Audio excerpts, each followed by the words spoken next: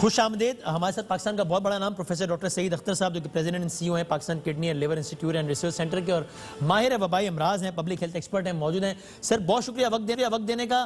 میں کوئکلی بہت سارے سوالات ہیں, تو سر ایک تو پہلے یہ بتا دیجئے کہ کورونا انسان کس حد تک اپنی طبیعت خراب محسوس کرے تو اس کو اسپتال جانا چاہیے, ورنہ گھر پر ہی رہ کے بس اگر لگے کہ کورونا کچھ ہو گیا ہے مجھے تو بس گھر پر ہی آئسولیٹ کر لینا چاہیے اپنے آپ کو؟ دیکھیں کرونا کی جو سوری ڈاکٹر صاحب بات کاٹ رہا ہوں, اس سے پہلے بتا دیجئے کہ کیا ہو انسان کو تو اس کو ٹیسٹ کرانے کا سوچنا چاہیے, پہلے یہ بتا دیں. صحیح. دیکھیے اگر آپ کو ایک ان ایکسپلینڈ فیور ہے جس کی کاز سمجھ میں نہیں آ رہی, سانس لینے میں دقت ہو رہی ہے, کوئی چیسٹ میں پین ہو رہا ہے, چکر آ رہے ہیں, آپ کے کمر میں درد ہو رہا ہے, گردوں پیشاب میں خون آنا شروع ہو گیا ہے فیور کے ساتھ خاص طور پہ, کیونکہ فیور بڑا کامن سمٹم ہے اس میں, تو آپ کو سوچنا چاہیے کہ خدا نخواستہ اور خاص طور پہ اس ریفرنس میں کہ اگر آپ کا کچھ لوگوں کے ساتھ ریسنٹ پاس میں ایکسپوجر ہوا ہے جس سے آپ یہ شک کرتے تو high index of suspicion along with these symptoms آپ کو الرٹ کرنا چاہیے کہ کہیں آپ کو کورونا تو نہیں ہو گیا. ایسی صورت میں کورونا ٹیسٹ کرانا اگر ہو جاتا ہے تو اس کا اور اس وقت جو ٹیسٹ کروانا چاہیے وہ پی سی آر ٹیسٹ ہے جو کہ وائرل آر این اے کو چیک کرتا ہے, جو کہ آپ کے تھروٹ سے یا ناک کی بیک سے لیا جائے. سر میں ذرا اس کو تاکہ میرے لیے بھی اور عام لوگوں کے لیے بڑا آسان ہو جائے, یعنی پی سی آر ٹیسٹ یعنی کہ میں عام آدمی کی زبان میں بات کر رہا ہوں, وہ جو ناک والا جو ٹیسٹ ہوتا ہے وہ کرانا چاہیے, نہ کہ اینٹی باڈیز, یہی کہہ رہے ہیں آپ؟ نہ کہ میں ایسے کہہ رہا ہوں میں. ٹھیک ہے, تو پھر یہ اینٹی باڈیز ٹیسٹ کرانا چاہیے, اور اینٹی باڈیز ٹیسٹ کیسے ہوتا ہے؟ پی سی آر تو ناک سے ہوتا ہے, اینٹی باڈیز کس طرح ہوتا ہے؟ جی اینٹی باڈی ٹیسٹ خون سے ہوتا ہے, لیکن اینٹی باڈی ٹیسٹ کے بارے میں دو تین چیزیں بڑی امپورٹنٹ سمجھنے کی ہیں کہ ابھی یہ ایک ایسا مرض ہے کہ ہمیں تو ایسا ہوتا ہے کہ جب باڈی میں کوئی جراثیم آتا ہے تو باڈی اس کے خلاف کچھ کیمیکلز پروڈیوس کرتی ہے, اس کو اینٹی باڈی کہتے ہیں, وہ اینٹی باڈی اس وائرس کو مارتی ہیں. تو ابھی ہمارے پاس چونکہ یہ نیا وائرس ہے تو اس کے متعلق جو اینٹی باڈیز بن رہی ہیں ان کے بارے میں بھی ہمارے کانسیپٹس بہت کلیئر نہیں ہیں. صحیح ہے. تو عام طور پہ جب وہ اینٹی باڈیز بنتی ہیں تو 2-3 ہفتے کے بعد وہ پازیٹیو ہو جاتی ہیں خون میں. اب وہ کتنے عرصے لاسٹ کریں گی, نہیں لاسٹ کریں گی, کیا پازیٹیوٹی ہوگی, اگر وائرس نے اپنی شیپ چینج کر لی تو کیا وہ اینٹی باڈی ڈائگنوز بھی ہو پائے گی کہ نہیں ہو پائے گی, تو ابھی بڑے کوسچنز ہیں اس کے اندر. آپ کہہ رہے ہیں اینٹی باڈیز ٹیسٹ آپ کی نظر میں زیادہ ریلائبل نہیں ہے آپ کے خیال میں؟ جو 100% تو نہیں کہنا چاہیے, ایون جو پی سی آر ٹیسٹ بھی ہے اس کی بھی سینسٹیوٹی اباؤٹ 70% ہے, لیکن وہ موسٹ ریلائبل ٹیسٹ وہی ہے. اینٹی باڈی ٹیسٹ اس پوائنٹ پہ بالکل بھی ریکمینڈڈ نہیں ہے.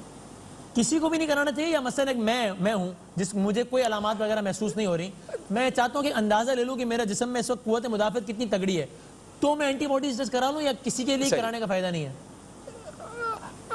دیکھیں وہ کرا سکتے ہیں آپ, میں اور آپ دونوں کرا سکتے ہیں, میں ہیلتھ کیئر پروفیشنل ہوں, آپ پبلک فگر ہیں.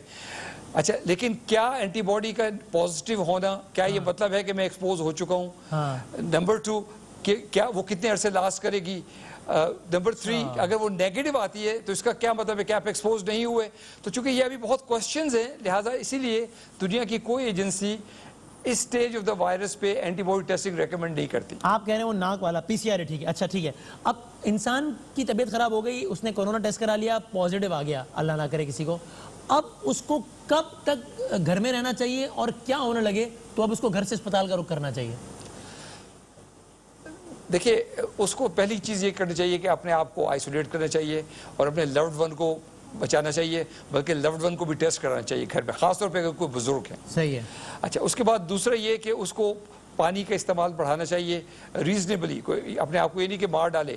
اس کے بعد جو اچھی امیون بوسٹنگ دوائیاں ہیں یا میڈیکیشنز ہیں, اس میں وائٹامن سی ہو گیا, وائٹامن ڈی ہو گیا, زنک ہو گیا, سیلینیم ہو گیا, ہمارے ہاں کہتے ہیں کلونجی, اور یہ جو دوسری چیزیں میں اس میں کوئی حرج نہیں سمجھتا, ادرک کا استعمال اور یہ گارلک کا استعمال, یہ چیزیں بڑھا لیں آپ ذرا.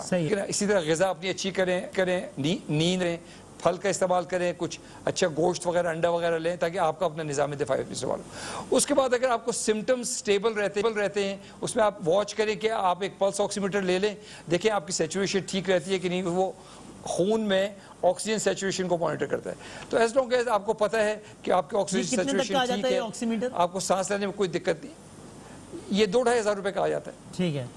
تو اس سے کیا پتہ لگتا ہے اس میں وہ آکسی میٹر کیا دکھائے تو اسپتال جانا چاہیے؟ ہاں تو اگر آپ دیکھیں کہ نارمل ہماری سیچوریشن 90 سے اوپر ہونی چاہیے، 92 93 94، لیکن اگر وہ 80 کی طرف جا رہی ہے یا ایون 70 میں جا رہی ہے تو فوراً آپ کو ہاسپٹل جانا چاہیے. وہ یہ بتا رہا ہے کہ آپ کی باڈی میں آکسیجن فلٹر ہو کے آپ کے خون میں نہیں جا رہی. تو یہ ایک بڑا الارمنگ چیز ہے. لیکن اس سے پہلے ہی آپ کو عام طور پہ سانس کی دقت شروع ہو جائے گی. اور اس میں ایک اور ریکمنڈیشن میں جو سب کو دینا چاہتا ہوں ایسے سب مریضوں کو، وہ یہ کہ آپ لوگ ایسپرین کا استعمال کرنا شروع کر دیں. ایک ایسپرین ونس اے ڈے 75 ملی گرام کی، اور پیٹ کے بل لیٹیں، چونکہ وہ لنگ کا وہ حصہ جو پیچھے کی طرف ہے وہ اچھا پرفیوز ہو جاتا ہے، تو اس سے آپ کا سانس اور بھی بہت بہتر ہو جائے گا. یہ ایک سنگل طریقہ ہے جس سے بہت سے لوگ گھر پہ اپنے آپ کو رکھ سکتے ہیں وداؤٹ اینی پرابلم. لیکن اگر بخار بڑھ رہا ہے، سانس میں دقت ہو رہی ہے، چکر آ رہے ہیں، چیسٹ میں پین شروع ہو گیا، اگر جانڈس ہونے شروع ہو گیا، پیشاب کمر میں درد ہو رہا ہے گردوں کی جگہ پہ، یا پیشاب کم آنا شروع ہو گیا، پیشاب میں خون آنا شروع ہو گیا، تو آپ کو امیڈیٹلی ڈاکٹر کو رپورٹ کرنا چاہیے. سر ابھی جاتے تھے بتا دیں، اب تو چونکہ انفارچونیٹلی بہت ساری مثالیں آس پاس نظر آ رہی ہیں جن کو کورونا ہو گیا ہے، جس کو کورونا ہو گیا اور گھر میں اس نے آئسولیٹ کر لیا، وہ کیا کرے؟ مثلاً پھر وہ اس کے کپڑے، مطلب وہ جب چینج کرے گا تو کیا کپڑے اپنے دے سکتا ہے باہر دھونے کے لیے، خود ہی دھو لے، یا جن پلیٹوں میں وہ کھانا کھا رہا ہے وہ پلیٹیں کیا خود ہی دھو لے، یا کیا کرے؟ یہ بتا دیں. ایک آدمی کو کورونا ہو گیا ہے، اپنے گھر میں آئسولیٹڈ ہے، اب وہ کیا کرے؟ کانٹیکٹ کس طرح؟ بالکل ایسے ہی ہے. تو اب اس کے وہ تو جو کرے وہ تو کچھ بھی نہیں کر سکتا چونکہ وہ آئسولیشن میں ہے. اب اس کے گھر والوں کو احتیاط کرنی چاہیے کہ جو بھی کپڑے وہ دے رہا ہے وہ گلو پہن کے لیں، ماسک لگائیں، کیپ لگائیں، آنکھوں کو گوگل لگائیں.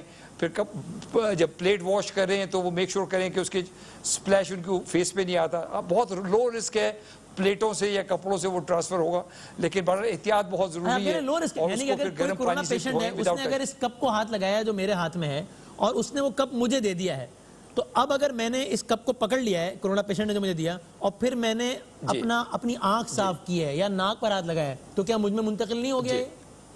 جی تو میں آپ سے کہہ رہا ہوں کہ آپ جب کپ ریسیو کریں تو آپ گلو پہن کے ریسیو کریں. ٹھیک ہے. یعنی چونکہ آپ نے پیشنٹ کو تو آئسولیٹ کر دیا، اب اس کو گلو پہننے کی ضرورت نہیں ہے آئسولیشن کے اندر. لیکن اب ہر اس آدمی کو جو باہر سے اس سے رابطے میں آئے گا اپنے آپ کو بچانا ہے.